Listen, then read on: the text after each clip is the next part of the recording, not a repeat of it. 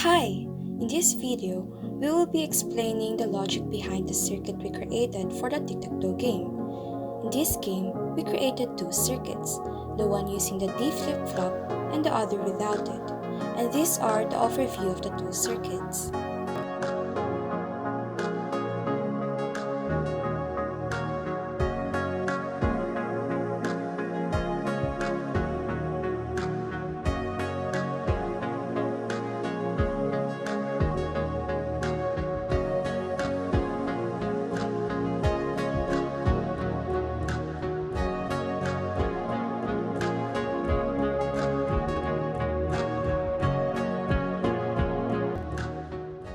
First, I will go through the processes in the circuit using D flip-flop.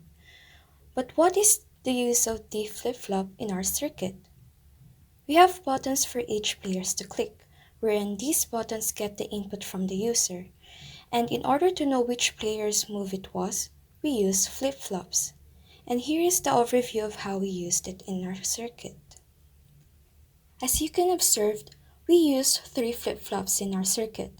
To discuss it further, this first flip-flop saves the button when it's clicked. It has a ground attached to it and a button that when it is clicked, it passes the status to the second and third flip-flop. The second and third flip-flop held the course for players 1 and 2. We have the second flip-flop for the player 1 and the third flip-flop for the player 2. Each data pins of this flip-flop is connected to the profile generator, which is either player 1 or 2, while the Q pin passes the output to the winning logic and in the LED display. For the XOR gate that is connected to the Q pins of the second and third flip-flop, its purpose is to pass the output to the profile generator to tell the circuit who is the next player. Now, to show you how it works, the design of the circuit appeals to the 3x3 dual-color LED arranged in a matrix display to recreate a tic-tac-toe game.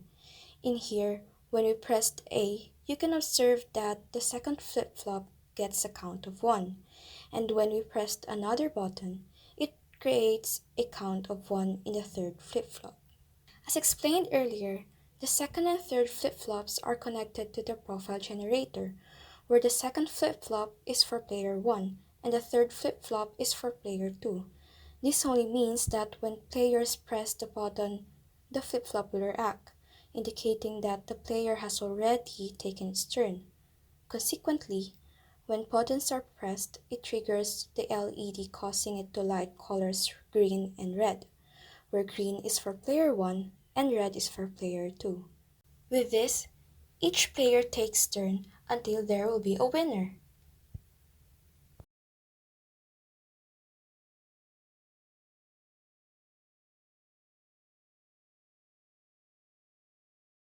Now, the players cannot click the same button twice, the same way that they cannot press another button when the game has already declared a winner, which means that the players need to reset the game.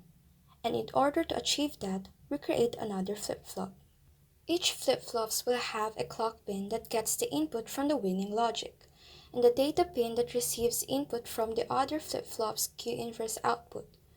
We also have the XOR and NOT gate that when it receives input from the first and second flip-flop, it produces a result of 1, and tells other flip-flops connected to the button to disable them, making the players unable to click other buttons when there's already a winner. This reset button is connected to each asynchronous reset of the flip-flops, in which when the reset button is pressed, all data from the buttons will be set to 0. Now, we go to the profile generator circuit. This circuit helps us determine which player's turn it is, and as we can see, it is consists of XOR gate, wherein if no one has played, then all inputs will be 0 as reflected in our flip-flops, and when player 1 has pressed the button, it will output 1, and player 2 will have 0, or vice versa. This is because the output is inverted, thus player 1 and 2 will have alternate results.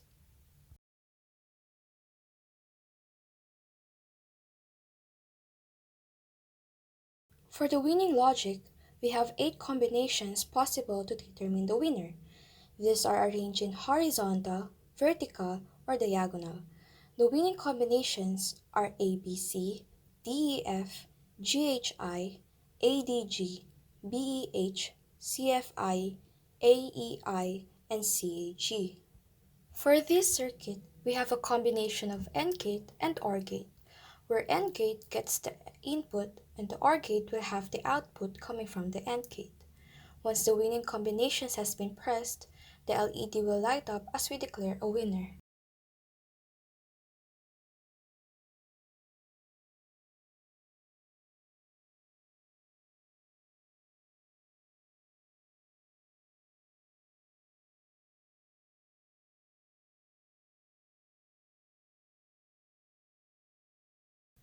Lastly, we have the all buttons pressed circuit, where it consists of AND gates.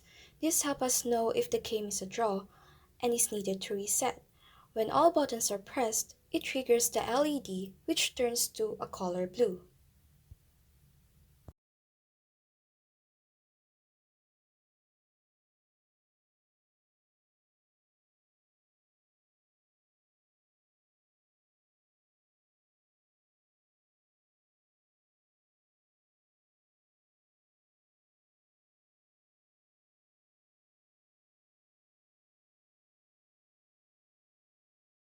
For the circuit without flip-flops, we have the same process for the profile generator, the winning logic, and the all buttons pressed detector.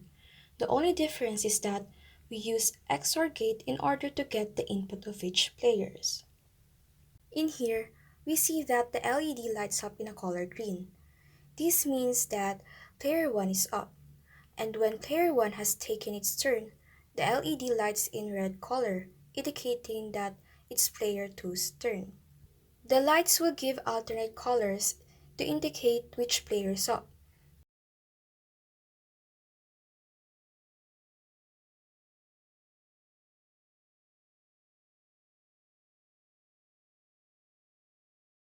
Once a winner is declared, the two LEDs will light up.